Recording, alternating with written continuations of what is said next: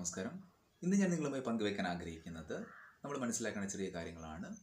ആദ്യമേ പറയാനുള്ളത്, നമ്മൾ ഒറ്റയ്ക്ക് നടന്ന് ശീലിക്കണം എന്നുള്ളതാണ്. അതായത് നമുക്കിപ്പോൾ ബാങ്കിൽ പോകണം, അല്ലെങ്കിൽ നമുക്ക് വേറെ എന്തെങ്കിലും വില്ലേജ് ഓഫീസിൽ പോകണം, കുറച്ച് കാര്യങ്ങൾ നടത്താനുണ്ട്. അപ്പോൾ ആ സമയത്ത് നമ്മൾ കരുതും നമ്മളൊരു സുഹൃത്തിനെ കൂടി കൂട്ടാം, എങ്കിൽ എന്താണ് നമുക്ക് കുറച്ച് കഥയും പറഞ്ഞിരിക്കാലോ, അല്ലെങ്കിൽ ആ ഒരു ഗ്യാപ്പിലൊക്കെ സംസാരിക്കാലോ എന്ന് കരുതി നമ്മളൊരാളെ കൂട്ടാറുണ്ട്. പക്ഷേ എന്താണ് സംഭവിക്കുന്നത്? അപ്പോൾ നമ്മുടെ ആത്മവിശ്വാസമാണ് അവിടെ എന്താകുന്നത്, നഷ്ടപ്പെടുന്നത്. നമുക്ക് സ്വയം ചെയ്യാനുള്ള കഴിവിനെ നമ്മൾ എന്താക്കുന്നു, നമ്മൾ കുറച്ച് കാണിക്കുകയും ഒരാളും കൂടി ഉണ്ടെങ്കിലേ നമുക്ക് ആ കാര്യം നന്നായിട്ട് നടക്കൂ, അല്ലെങ്കിൽ എങ്കിലേ അങ്ങോട്ട് പോകാനുള്ള ആ ഒരു ഊർജ്ജം നമുക്ക് കിട്ടുന്നുള്ളൂ എന്നാണ് നമ്മളുടെ മനസ്സിൽ വരുന്ന ഒരു കാര്യം. അതുകൊണ്ട് തന്നെ നമ്മൾ മറ്റൊരാളെ കൂട്ടുന്ന സമയത്ത് നമ്മളുടെ ആ ഒരു കോൺഫിഡൻസ് പോവുകയും നമുക്ക് എന്താണ്, നമുക്ക് കാര്യം നടക്കും, പക്ഷേ അതിൻ്റെ ഒരു നമ്മളുടെ ഉള്ളിൽ ഉണ്ടാവേണ്ട ഒരു ആത്മവിശ്വാസം ഉണ്ടാവില്ല. നേരെ മറിച്ച് നിങ്ങൾ ഒറ്റയ്ക്കാണ് പോകുന്നതെങ്കിൽ, നിങ്ങളുടെ ആ കാര്യത്തിനെല്ലാം നിങ്ങൾ ഒറ്റയ്ക്ക് പോയി തനിച്ചു പോയി ആ കാര്യങ്ങൾ നടത്തി വരികയാണെങ്കിൽ നിങ്ങൾക്കൊരു ആത്മവിശ്വാസം ഉണ്ടാവും. ഞാനിന്ന് പോയി ഇന്നയാളെ കണ്ടു, ഇന്ന് ഓഫീസർ കണ്ടു, കാര്യങ്ങൾ ഒക്കെ സംസാരിച്ചു, അതെല്ലാം ക്ലിയർ ആക്കി, അതിൻ്റെ സർട്ടിഫിക്കറ്റ് മേടിച്ചു. അപ്പോൾ നമുക്ക് എന്താണ്, നമ്മൾ അവിടെ ഒരു കോൺഫിഡൻസ് ആയി. അപ്പോൾ അങ്ങനെ പോകേണ്ട സന്ദർഭങ്ങളിലൊക്കെ എന്ത് ചെയ്യുക, ഒറ്റയ്ക്ക് പോയി ശീലിക്കുക. അതായത് എന്തിനും ഒറ്റയ്ക്ക് ഇറങ്ങുക എന്നുള്ളതാണ്. അത് ഏത് ബാങ്ക് ആയിക്കോട്ടെ, വില്ലേജ് ഓഫീസ് ആയിക്കോട്ടെ, അങ്ങനെ ഏത് കാര്യത്തിനും നമ്മൾ ഒറ്റയ്ക്ക് ഇറങ്ങുക.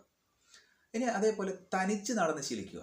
അടുത്തൊരു പോയിന്റ് ഇതാണ്, തനിച്ച് നടന്ന് ശീലിക്കുക. തനിച്ച് നടന്ന് ശീലിക്കുക എന്ന് പറയുമ്പോൾ നിങ്ങൾ ആലോചിച്ച് നോക്കുക, നമുക്ക് ഈ പറഞ്ഞതുപോലെ നടക്കുന്ന കാര്യം, അത് നടക്കുക എന്നുള്ള ഉദ്ദേശിച്ചത് നമ്മൾ എന്തിനും, നമ്മളിപ്പോൾ എന്താ പറയുക, വൈകുന്നേരം നടക്കാൻ പോകുന്നുണ്ട്. അപ്പോൾ ആ സമയത്ത് നമ്മൾ മറ്റൊരാൾ ഉണ്ടെങ്കിൽ മാത്രമേ നമ്മൾ നടക്കാൻ പോകുന്നുള്ളൂ.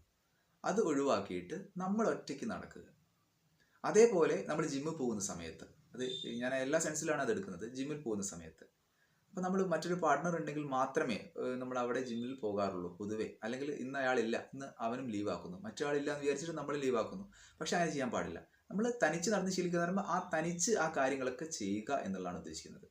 അപ്പോൾ വൈകുന്നേരം നടക്കുന്ന കാര്യമായിക്കൊള്ളട്ടെ, അതേപോലെ നമുക്ക് മറ്റ് ജിമ്മ് പോലെയുള്ള പ്രവർത്തനങ്ങളായിക്കൊള്ളട്ടെ, അങ്ങനെ എന്ത് കാര്യങ്ങളാണെങ്കിലും അത് തനിച്ച് ശീലിക്കുക, തനിച്ച് ചെയ്ത് ശീലിക്കുക. അതേപോലെ തന്നെ നമ്മൾ കുറച്ച് പ്രായം ആയി കഴിഞ്ഞാൽ ചിലപ്പോൾ നമുക്ക് അങ്ങനെ കൂട്ടുകാരൊന്നും ഉണ്ടാവി എന്ന് വരില്ല. അപ്പോൾ ആ സമയത്ത് നമ്മൾ എന്തായിരിക്കണം, ആ സമയത്ത് ചെറുപ്പത്തിൽ ഒരുപാട് കൂട്ടുകാരുണ്ടായേക്കാം, പക്ഷെ പ്രായമാകുന്ന സമയത്ത് കൂട്ടുകാരില്ല.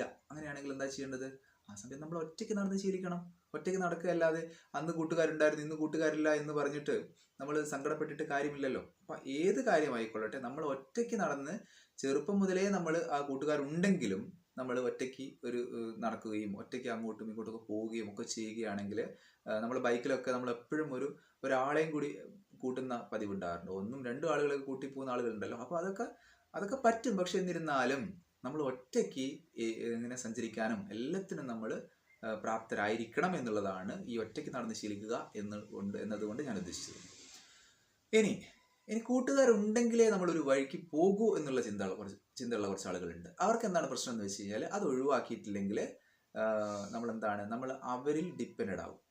അപ്പോൾ അവരില്ലെങ്കിൽ നമ്മൾ പോവുക. നമ്മളിപ്പോൾ ഒരു ഉത്സവത്തിന് പോകുമ്പോൾ അവർ പറയും ഞാനിന്നുണ്ട് 8 മണിക്ക് ഞാൻ എത്തും എന്നൊക്കെ അവർ പറയും.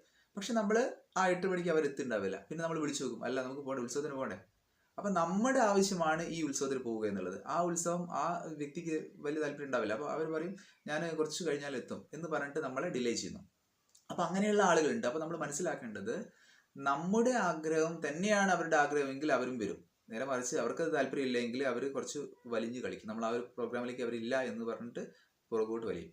അപ്പോൾ നമുക്ക് എന്തായിരിക്കണം, നമ്മുടെ ആഗ്രഹമാണെങ്കിൽ നമ്മൾ അവിടെ പോയിരിക്കണം. അത് ഉത്സവമായിക്കൊള്ളട്ടെ, സിനിമയായിക്കൊള്ളട്ടെ. ഒരു സിനിമ കാണാൻ പോകുമ്പോൾ നമ്മളെ ഫ്രണ്ടിനെ വിളിക്കുമ്പോൾ ആ ഫ്രണ്ട് ഇല്ല എങ്കിലും നമ്മൾ എന്ത് ചെയ്യണം, നമ്മൾ പോകണം. നമുക്ക് ഇഷ്ടമുള്ള കാര്യമാണെങ്കിൽ നമ്മളത് പോയിരിക്കണം, നമ്മളത് ചെയ്തിരിക്കണം. കാരണം നമുക്ക് ഇവിടെ എന്തില്ല, ഈ ജീവിതത്തിൽ റീടേക്കുകളില്ല എന്ന് നമ്മൾ മനസ്സിലാക്കുക.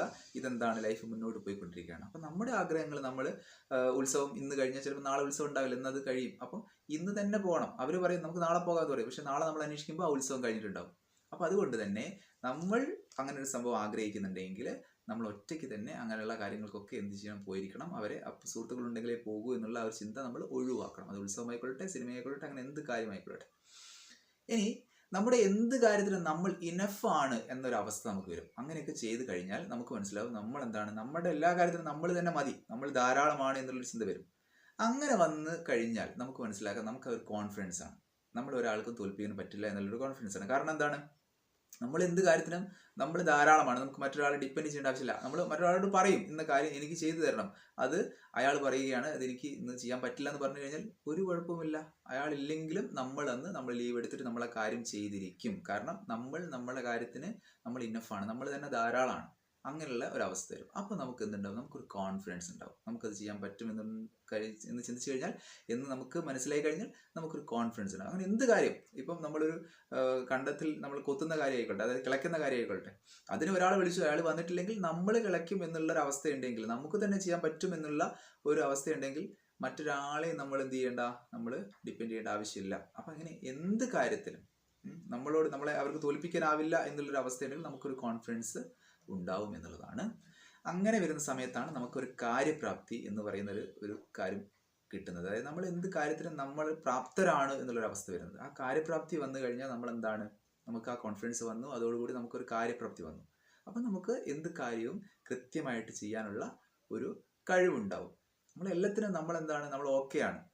അപ്പം ഒരു അറ്റ്ലീസ്റ്റ് തെങ്ങുമുൽ കയറണം എന്ന് പറഞ്ഞു കഴിഞ്ഞാലും നമ്മൾ ആ സാധനം എടുത്തിട്ട് അതിൻ്റെ മെഷീൻ ഉണ്ടെങ്കിൽ മെഷീൻ എടുത്ത് നമ്മൾ കയറും. ഒരാളെ കിട്ടിയിട്ടില്ലേ നമ്മൾ കയറും. അതായത് ആ രീതിയിൽ നമ്മൾ എന്തിനും തയ്യാറാവുക, അല്ലെങ്കിൽ തയ്യാറാണ് എന്നുള്ളൊരവസ്ഥയിലേക്ക് നമ്മൾ എത്തണം. ഇതാണ് എനിക്ക് നിങ്ങളോട് പറയാനുള്ളത്. എല്ലാവർക്കും നല്ലൊരു ദിവസം ആശംസിക്കുന്നു.